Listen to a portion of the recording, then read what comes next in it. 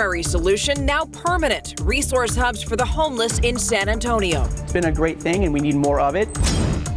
Plus, the pandemic put a lot of celebrations on hold, but parties are back, and event planners are trying to keep up. And Adam Caskey is tracking changes in the weather. So are you traveling or expecting visitors this week? We'll tell you what you need to know. Live from KSAT 12, the Nightbeat starts right now. Good evening and thank you for joining us tonight. San Antonio police calling it a random act of violence that happened outside Delicious Tamales on the west side. Investigators zeroed in on the drive-through area of that restaurant. It's on Culebra Road near North Hamilton Avenue. Police think that that's where two men saw a male driver entering the parking lot. They allegedly approached him, saying that he was driving too fast. And that's when the two sides started fighting. Police say that one of the suspects shot the victim. The victim remains in critical condition tonight, and police are looking for two men. And now we're getting a look at the man arrested in connection with a shooting at an apartment complex. We brought you this story yesterday on the Nightbeat. 28-year-old Daniel Bettis is facing an aggravated assault with a deadly weapon charge. Investigators say that shooting happened just after 6 p.m. at an apartment complex near downtown. San Antonio police say that people inside a unit started arguing, and then at some point, someone opened fire. A 44-year-old man was hit. He was taken to the hospital in critical condition, and police arrested Bettis somewhere else. Now, homelessness in San Antonio, we all know this has been an issue for years. The pandemic made it worse. So in response, the city began working with nonprofits to open resource hubs. And tonight, the night team's Lee Waldman is digging to see if those hubs are actually making a difference. Watch. We see them under overpasses and along the side of the road, people experiencing homelessness.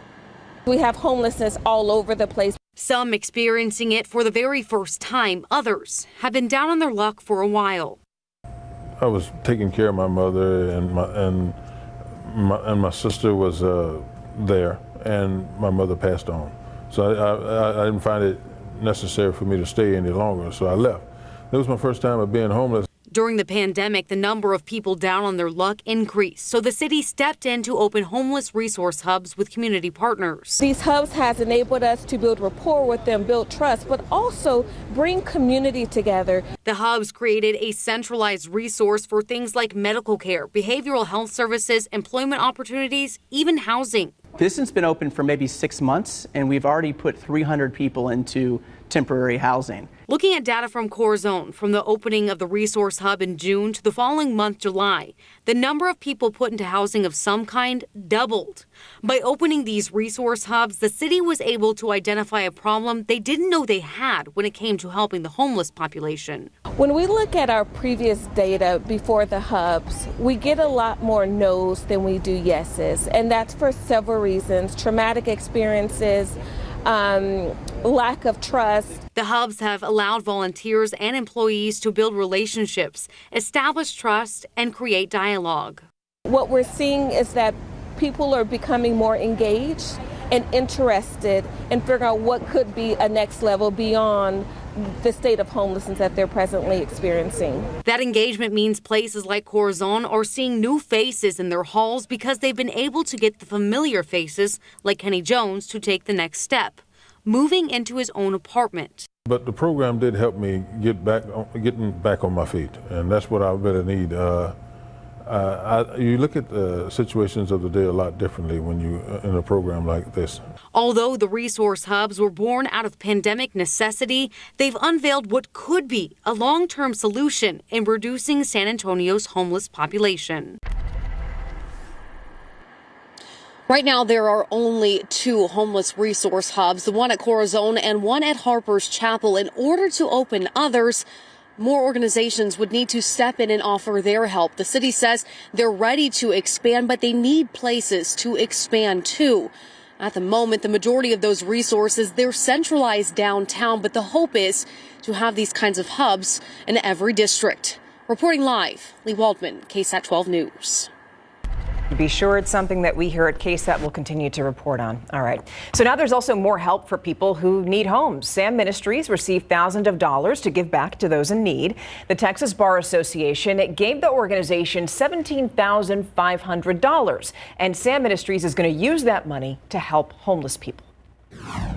That maybe just for a few $100s to clear an old fine or a fee, or to get a birth certificate or something like that, to address a legal need, that can prevent somebody from either obtaining housing or maintaining employment that helps them to retain housing that they have. So anyone who's homeless and works with SAM Ministries can benefit from that grant money. All right, think back. We brought this to you as breaking news Friday night. Yeah, remember that huge oak tree that fell on 6 vehicles 3 days ago? Still there. Fell at a shopping strip in Alamo Heights. Officials say that trunk is at least 5 feet wide. And as you can see in the video, vehicles are still stuck underneath. So here's a question. How much longer is it going to take to remove? Well, once we know, we'll let you know. You know, it's really a mystery what people keep in their homes, and a neighborhood just north of Houston was absolutely shocked when their neighbor was busted for housing an alligator. Crazy. All right, so this was in Montgomery County, and take a look at that.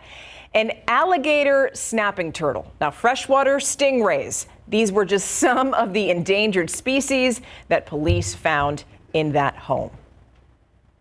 Wow. I don't know how to follow that, but we'll do You can't. I can't. Here's the weather for you. How about that? So right now we're at 49 degrees in San Antonio. Of course, even cooler in outlying areas. A dew point of 39, so we've got that dry air back in place. And that means temperatures falling off quickly the rest of the night. And we're looking at temperatures near 40 degrees tomorrow morning. So a chill in the air to start your Tuesday, then big temperature swings and rain for part of your Thanksgiving. A lot to talk about. I'll help time out the rain too for Thanksgiving coming up, Steph. All right, Adam, thank you so much. Now to the developing tragic story out of Waukesha, Wisconsin. 5 people dead, more than 40 others hurt after someone drove an SUV through a Christmas parade. Now, the suspect in this case set to make his first court appearance late Tuesday afternoon. Here's our own Patty Santos with the timeline of events. A candlelight vigil Monday night for those killed and hurt in Sunday's tragedy in Waukesha, Wisconsin.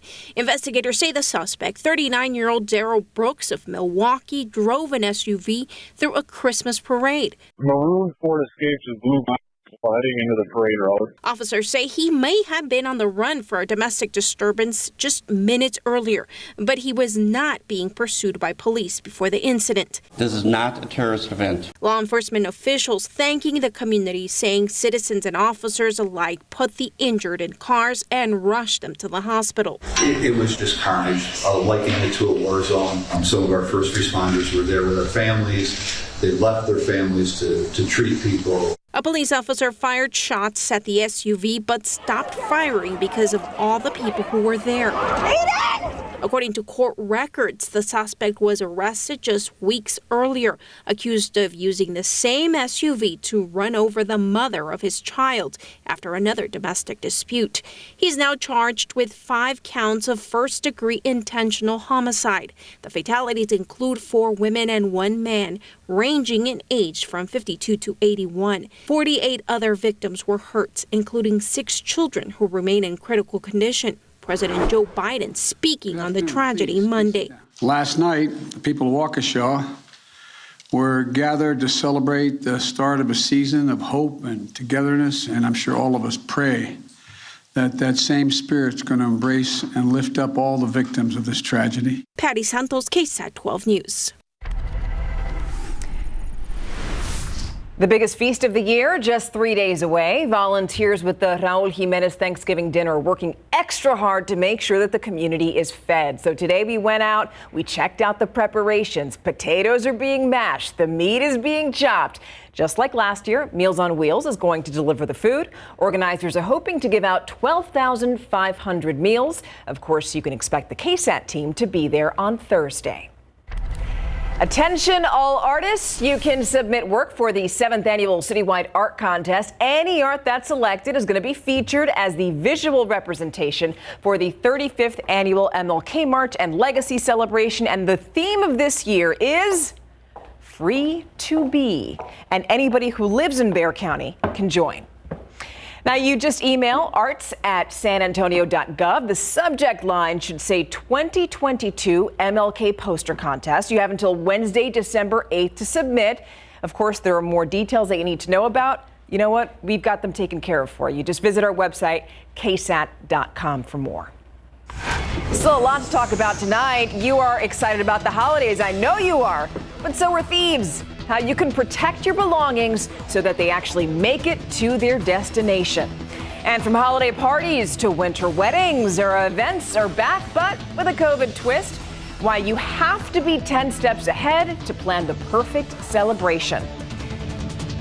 Also, closing arguments underway in the trial of the murder of Ahmaud Arbery. So we're going to talk about how soon the jury could be in deliberations. All of that's coming up on the Nightbeat.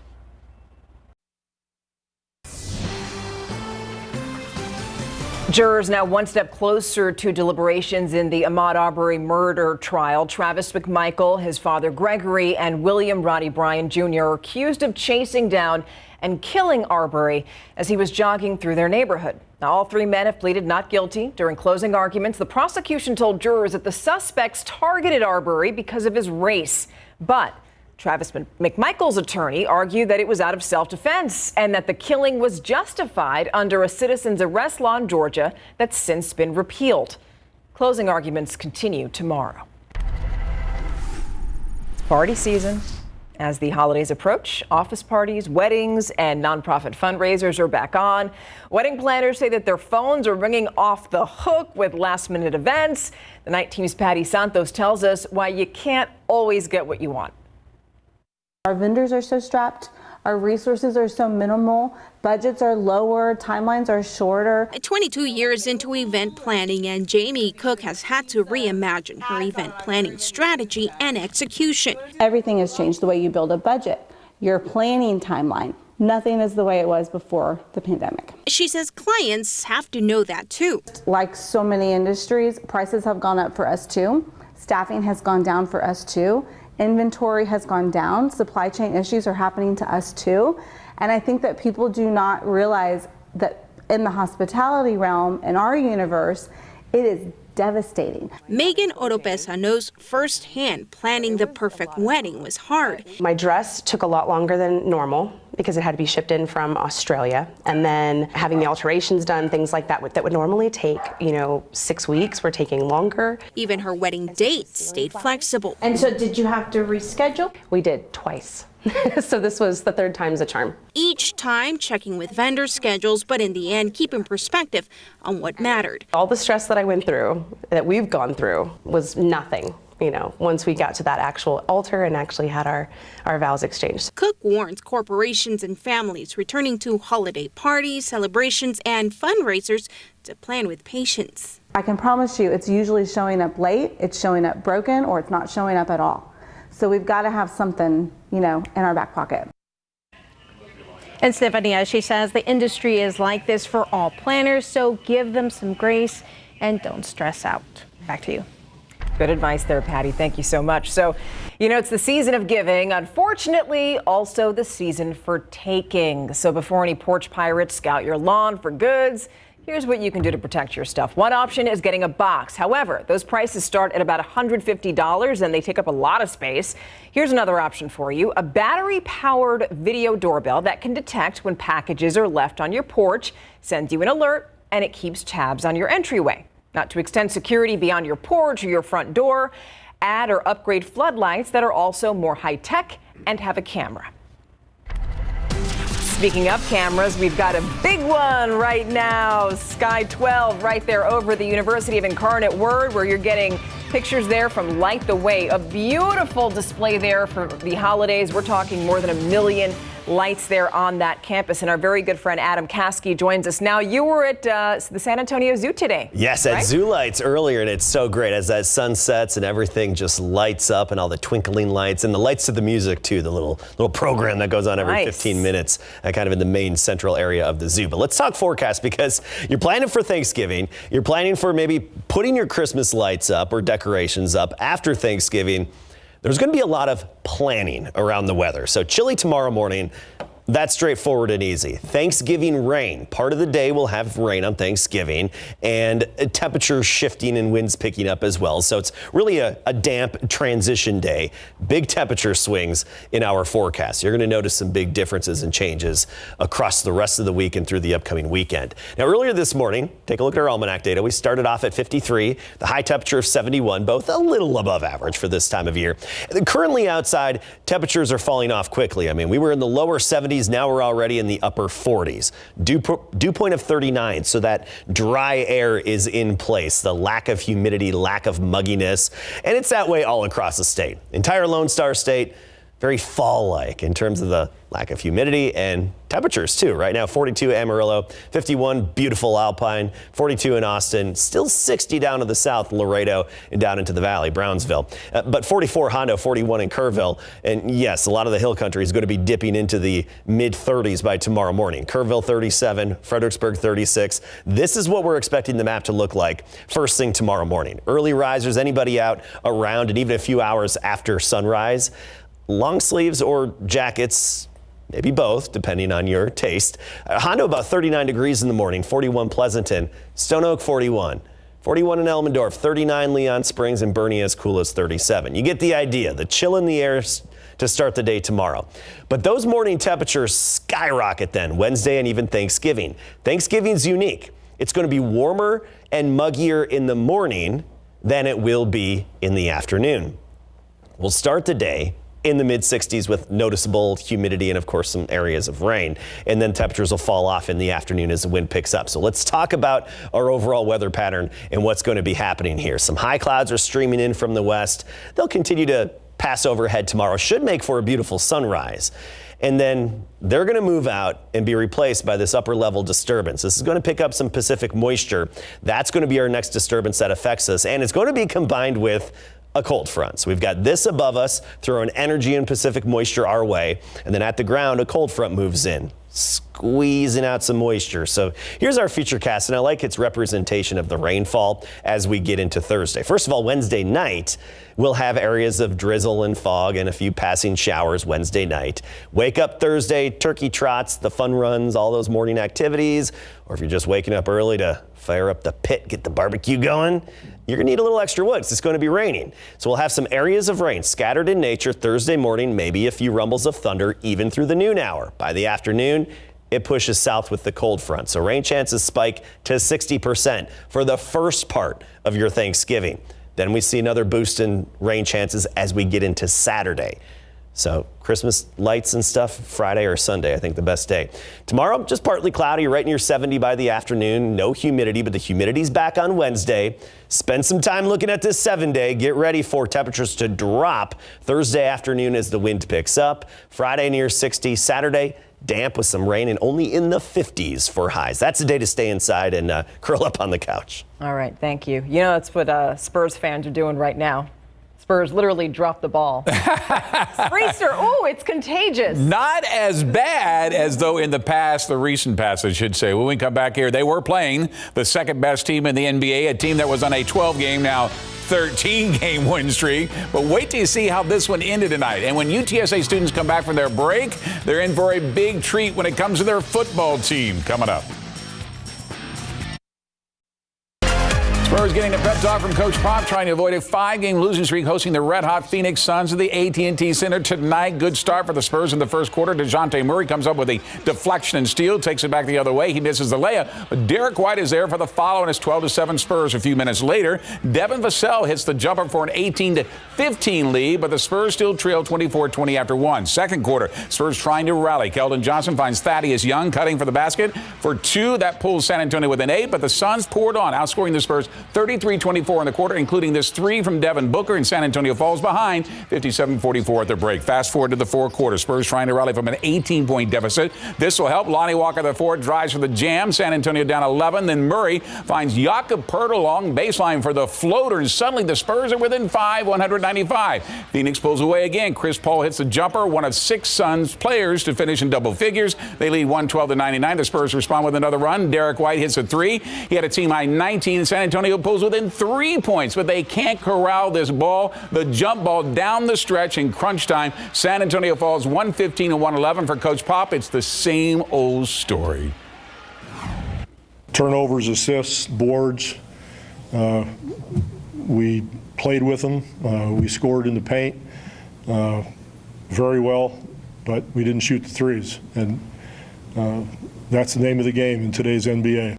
Yeah, it sure is. It just doesn't work out well for you if you can't hit the three ball these days. 7:30 is our next game on Wednesday against Atlanta. Before tonight's game, we found out at this morning shoot-around that the team actually held a players-only meeting following their 115-90 rout against the Timberwolves in Minnesota last week to wrap up their winless road trip. Veteran Thaddeus Young revealed the meeting and then told us more details and what impressed him about it.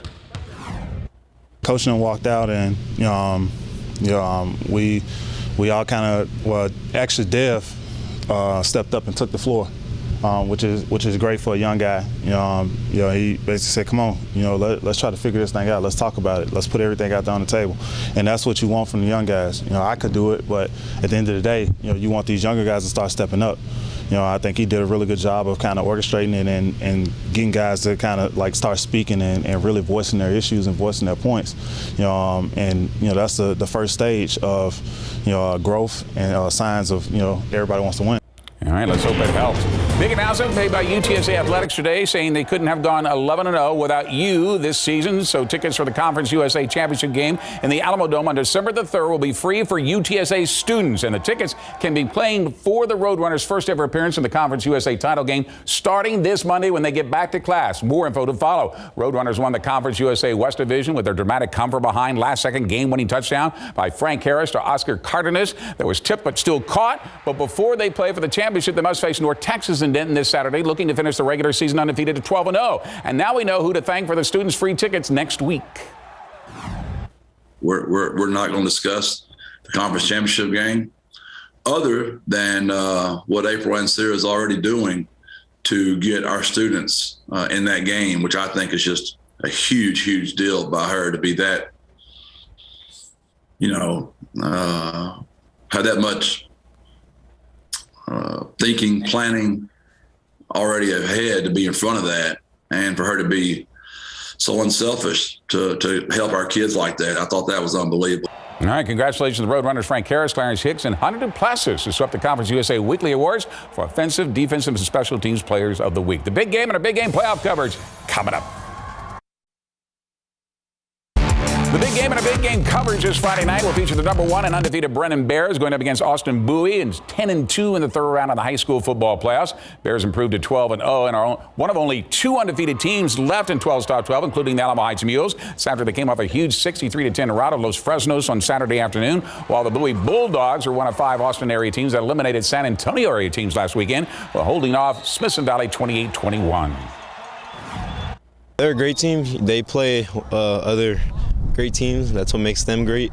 So I'm excited to see what they have. It's been a great season. We've had some great guys. You got Ashton, you got Tyler. We're spread out. We have talent throughout the whole core, defense, offense, and we just try to keep that rolling every day. Brennan takes on Bowie at a neutral site Friday at 7 at Canyon Cougar Stadium in New Braunfels. The punishment is in for the chaos in Detroit as bloodied Isaiah Stewart is having to be restrained multiple times trying to get to Lakers star LeBron James. Here's what happened. Stewart and LeBron were fighting for a rebound at the free throw line when King James' elbow and fist made contact with Stewart's face. At first, Stewart seems to be okay, but then he flies into this rage trying to go after James. He's ejected, so is James. Stewart hit with a 2-game suspension, King with 1. Even Russell Westbrook gets hit with a T for being an escalator. I love that term, escalator. You get a T, escalator. Ugly. Yep. All right, we'll be right back after this.